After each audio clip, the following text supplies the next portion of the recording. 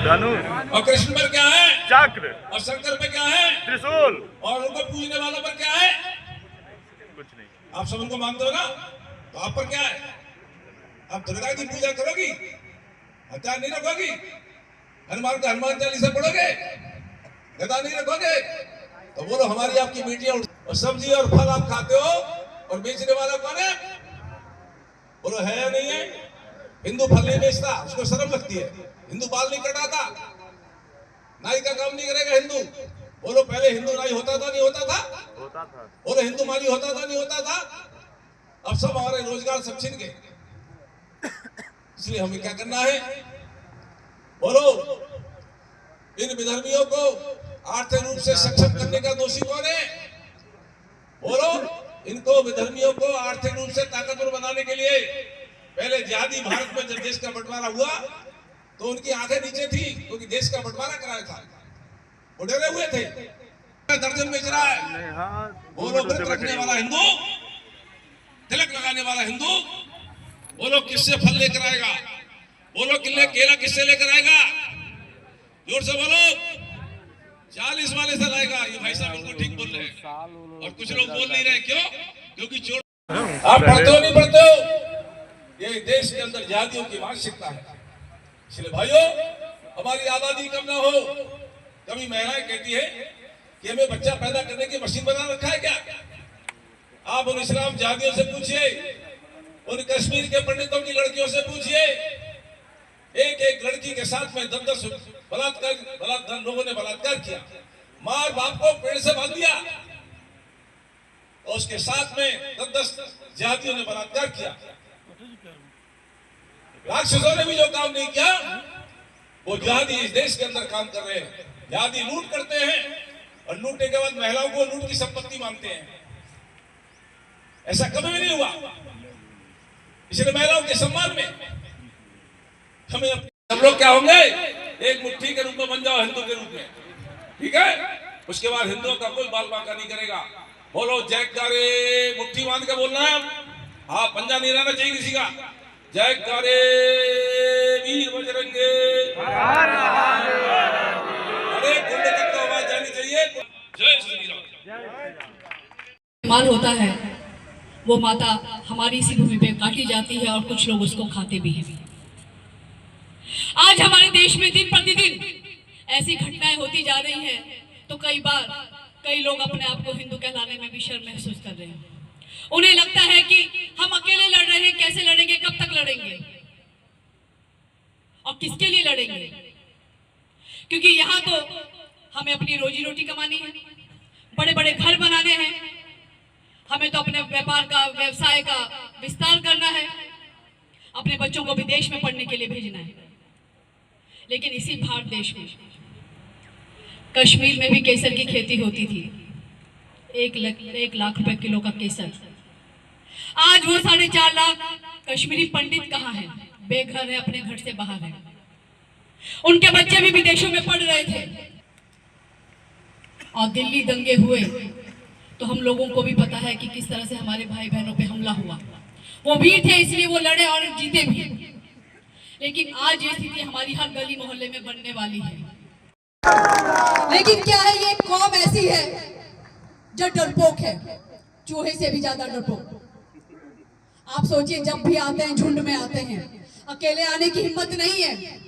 हमारा हिंदू वीर, हमारा नौजवान अकेला भी होगा तो भी लड़ेगा। सामने 100 लोग भी आएंगे तो भी 10-12 को मार कर मरेगा। वो वीर है क्योंकि वो जन्मजात खून में है। जो लोग पहले ही अपना धर्म बदल चुके, जो पहले ही डरपोक थे, जो तलवार के बल पर अपने आप को बदल दिया, वो लोग हमारा मुकाबला ना तो पहले कर पाए थे, ना वो आज कर पाएंगे। लेकिन क्या है, कुछ लोगों की आदत होती है कि जब तक उनको किसी चीज का डर ना हो तो वो बार बार कहते हैं ना, कुत्ता भौंकता रहता है। जब तक हाथ के हाथ में डंडा होगा तो डंडा देखेगा तो वो चुप रहेगा।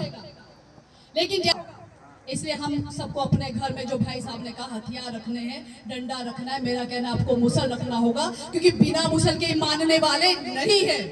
इसलिए हर घर में मुसल होगा तो ही ये मानेंगे। इसलिए सबको अपने अपने घर में मुसल भी रखना है। प्रवीण भाई ने हमको एक सपना और दिखाया। राम मंदिर तो बन गया, पिछले साल महाकुंभ हुआ। प्रवीण भाई ने कहा कि करोड़ों लोग आते हैं, उनके रहने खाने की व्यवस्था हम करेंगे। हमें लगता था कि 8 साल का छोटा संगठन है, कैसे करेगा, लेकिन निस्वार्थ भाव से जो काम किया जाता है, आप मान के चलिए 9 एकड़ की भूमि में 30,000 लोग एक समय रुक सकते हैं। ऐसे 1.25 करोड़ लोगों को भोजन, लाखों लोगों को रहने की व्यवस्था, लाखों लोगों को दवाई की व्यवस्था, 24 घंटे खिचड़ी, चाय और गर्म पानी, ये व्यवस्था हमारे केंद्र के द्वारा दी गई। जो हमारे वहां रहने आया, जो हमारे टेंट में रहने के लिए आया, उनके लिए हीटर की व्यवस्था थी, उनके लिए फोन चार्जिंग की व्यवस्था थी। वहां पे कंबल बैंक भी था। आप रहोगे तो कंबल तो हम देंगे ही, लेकिन आप हमारे यहाँ नहीं रह रहे हो, बाहर कहीं रहने वाले हो, तो आप 150 रुपए दीजिए, कंबल लेके जाइए, आप इस्तेमाल कीजिए, 4 दिन 5 दिन बाद कंबल वापस करिए, 150 रुपए लेके जाइए। हम घर से बाहर निकले हैं, मोबाइल चार्जिंग कहाँ करेंगे कुंभ में, क्योंकि हमें तो नहीं पता कहाँ रुकने वाले हैं, कहाँ हमारी जगह होगी। तो प्रवीण भाई ने मोबाइल पावर बैंक भी बनाया। उन्होंने पावर बैंक दिया कि 700 रुपए में लेके जाइए, आप इस्तेमाल कीजिए, घर वालों को अपने बताइए कि मैं सुरक्षित हूँ, मैं सही हूँ, मैं अच्छे से पहुंच गया हूँ, मेरा स्नान हो गया है, हम जल्दी ही घर आएंगे। तो उन्होंने मोबाइल पावर बैंक का भी बैंक बनाया और उसमें उन्होंने कहा कि आप 700 रुपए में लेके जाइए, जब इस्तेमाल कर चुकेंगे तो आप वापस करिए, 700 रुपए लेके जाइए। ऐसी अद्भुत योजना दी और वो हमारा कार्यक्रम सफल हुआ। अब माननीय प्रवीण, आप देखिए 2 कार्यक्रम बताए, दोनों का वादा किया। जो मरने मारने के लिए हमारे ऐलान से अयोध्या आए थे, उनको कार सेवक करते हैं, कहते हैं। ऐसे 3 कार सेवक यहाँ है। आपका शुभ नाम क्या है? राजेंद्र पांडे। राजेंद्र पांडे किस साल में अयोध्या कार सेवा में थे? हम 90, 91, 92। और हमारे पांडे जी तीनों समय है। आपका शुभ नाम क्या है? कृष्ण बंधु डॉक्टर परशुराम। परशुराम जी भी कार सेवा में थे। आपका शुभ नाम क्या है? रणजीत यादव। रणजीत यादव। यहाँ पांडे का बेटा, यादव का बेटा। हमने अपनी जातियां याद नहीं रखी थी, हमने तो हिंदू और राम को याद रखा था। मैं ऐसे महापुरुषों का सम्मान कर रहा हूं कि आपके कारण राम मंदिर बना है। राम मंदिर बना उस दिन आपको बुलाकर आपके पांव धोने का काम हम करते तो ऋषि ऋण से मुक्त हो जाते। प्रवीण तोगड़िया यदि कमांड में होता तो राम मंदिर के लिए मरने मारने वाले आए थे, उनका पांव धोकर चरण स्पर्श करके ऋषि ऋण व्यक्त करता। कम से कम आज कर रहे हैं। आप बोलेंगे धन्यवाद धन्यवाद। बोलो राम मंदिर बनाने के लिए आए कार सेवकों का धन्यवाद धन्यवाद। कार सेवकों का धन्यवाद धन्यवाद। उनके पूरे परिवारों को धन्यवाद धन्यवाद। उनके पूरे परिवारों को धन्यवाद धन्यवाद। उनकी 71 पीढ़ियों को धन्यवाद धन्यवाद। उनकी 71 पीढ़ियों को धन्यवाद धन्यवाद। धन्यवाद धन्यवाद धन्यवाद। मैं बहुत बोलूंगा। ये एमएलए बनने नहीं आए थे, माला पहनने नहीं आए थे, ये तो गोलियां खाने आए थे, गोलियां खाने आए थे। इसलिए हम एमएलए एमपी मिनिस्टर बनने वाले नहीं हैं। हम राम के लिए गोलियां भी खानी पड़े तो भी। ये हिंदुओं का भव्य विजय है और आज मैं राम मंदिर के लिए योगदान देने वाले लोगों को धन्यवाद और मेरे श्रद्धा सुमन अर्पण कर रहा हूं। मैं धन्यवाद दे रहा हूं यह मृत्युंजय हिंदू समाज को धन्यवाद दे रहा हूं। 3.5 लाख लोग वीरगति प्राप्त हुए। धन्यवाद दे रहा हूं लाखों कार सेवक जो हमारी आवाज़ पर अयोध्या आए। मैं धन्यवाद दे रहा हूं पूजनीय संतों को जिन्होंने नेतृत्व दिया। मैं धन्यवाद दे रहा हूं 8 करोड़ हिंदुओं ने जिन्होंने ₹1.25 दिया। मैं धन्यवाद दे रहा हूं 30 करोड़ हिंदुओं ने जिन्होंने शिला पूजन किया। मैं धन्यवाद दे रहा हूं जिन्होंने पत्थर गढ़ने का काम हमारे करने से किया। मैं धन्यवाद दे रहा हूं अशोक जी सिंगल को, अयोध्या के महंत रामचंद्र परमहंस जी को, योगी आदित्यनाथ के गुरु महंत अवैधनाथ जी को। मैं धन्यवाद दे रहा हूं विनय कटियार को, उमा भारती को, आचार्य धर्मेंद्र जी को, जिनके सबके सहयोग के कारण यह भव्य राम मंदिर बना। आज मैं राम मंदिर के लिए योगदान देने वाले, संघर्ष करने वाले मेरे 50 लाख कार्यकर्ता जो हमारे कहने से गांव गलियों में जाकर हिंदू को जगाने के लिए, वह सबको धन्यवाद करके मैं उन सब का ऋषि ऋण व्यक्त कर रहा हूं कि आपके त्याग, तपस्या, स्वेद शोणित आंसू, संकल्प के कारण ये मंदिर बना, मंदिर भव्य बना है। और आप नहीं होते तो इतना भव्य मंदिर हिंदू बना नहीं पाता।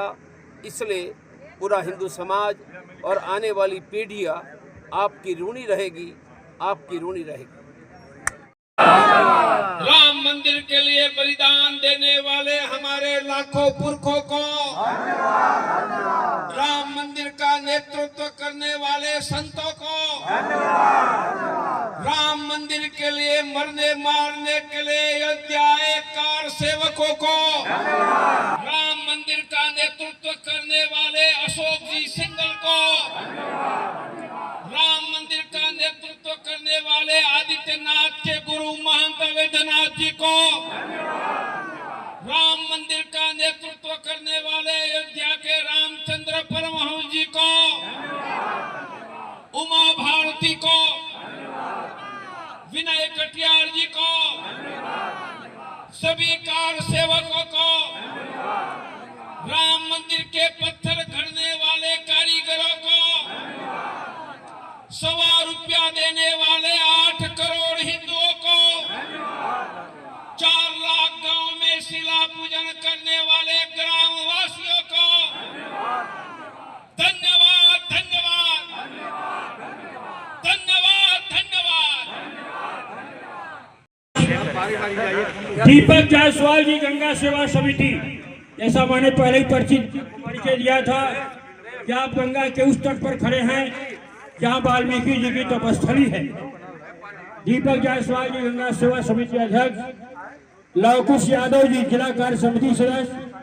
गौरव पाठक जी, राष्ट्रीय विद्यार्थी परिषद। शिवम दुबे जी, ब्लॉक अध्यक्ष राष्ट्रीय बजरंग दल धानापुर। शैलेंद्र पांडे जी, हमारे वकील साहब से भी निवेदन है कि आकर माल्यार्पण कर स्वागत करेंगे। डॉक्टर विवेक जायसवाल जी, खंड कार्यवाह राष्ट्रीय स्वयं सेवक संघ। सम्मान करूंगा, फिर उनके लिए सब तालियां। आइए प्रसन्न जाइए।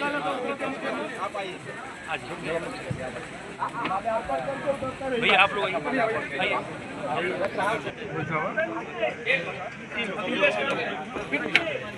हमला करने आ रहे थे ईरान से, अफगानिस्तान से, तुर्कस्तान से, मंगोलिया से। लड़ रहा था मेरा अवध अकेला। हजारों लड़ रहे थे, लाखों आ रहे थे। इस बार हमने योजना बदली।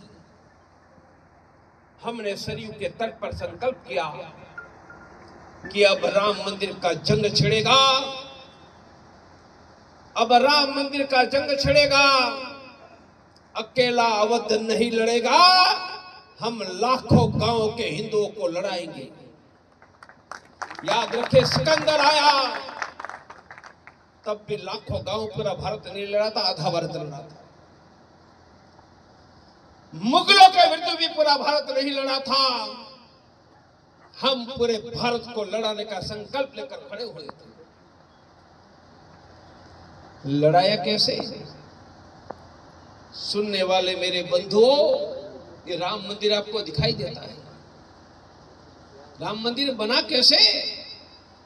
ये सोते सोते हुए लाखों गांव के हिंदू शेर को जगाने के लिए 40 वर्ष 12 बार लाखों गांव, करोड़ों हिंदुओं के घरों में जाने के लिए मेरे 50 लाख साथियों ने खून पसीना बहाया है। 50 लाख। हम गांव में गए, गलियों में गए, चारपाई पर बैठे, कोठी पर अयोध्या में बाबर बैठा है। उठो हिंदू, निकलो, बाबर का नाम मिटाने के लिए हमारे साथ आगे बढ़े। मैं उनमें से 12 में से 3-4 अभियान पूरे देश की जनता के लिए बता रहा हूं। आपको मंदिर दिखाई देता है, दिखना भी चाहिए मंदिर के नींव में कितने लोगों ने पसीना बहाया, अपनी युवानी। गद्दार लोग बोलो, जब इन पर हमला कर रहे हैं, इन पर हथियार है, तो बोलो हम पर हमला कर सकते नहीं कर सकते। इसलिए हमें क्या करना पड़ेगा, 8 मिनट का हनुमान चालीसा और हनुमान चालीसा करते हुए संघर्ष के लिए तैयार रहो। इसके लिए डॉक्टर तोगड़िया अपने बीच में आए हैं, तो मैंने 4 बातें बताई। नंबर 1, अपनी आबादी कम ना हो, इसके लिए चिंता करो, हिंदुओं से सामान खरीदो और घरों में सुरक्षा के लिए शस्त्र हथियार रखो और हनुमान चालीसा चलाओ। और बिना संगठन के संगे बोलो संगे शक्ति कलयुगे, बोलो सब लोग संगे शक्ति, संगे शक्ति कलयुग में क्या है, क्या सज्जनों की शक्ति हो। हमें भय है सज्जनों की निष्क्रियता से, सज्जन इकट्ठे होते नहीं जल्दी और तो इकट्ठे हो जाते हैं। इसलिए हमें क्या करना है, संगठन करना है और संगठन करके हनुमान चालीसा खड़ा करके हिंदू समाज की सुरक्षा का कवच बनाना है। इसके लिए हम सब लोग आए। बोलो सब लोग जयकारा लगाएंगे, बोलिए जयकारे वीर बजरंगे। अब ये वाल्मीकि भगवान की भूमि और मार्कंडे भगवान की भूमि पर रोने वाला हिंदू होगा, तो बोलो वाल्मीकि भगवान का कुंड का पूजा हो पाएगी, रक्षा हो पाएगी क्या? इसलिए दम से बोलो जयकारे वीर बजरंगे। अब देखो हाथ कैसा खड़ा है आपका, ये पंजा बना दिया आपने। बोलो खुली मुट्ठी कितने पैसे की होती है? खुली मुट्ठी खा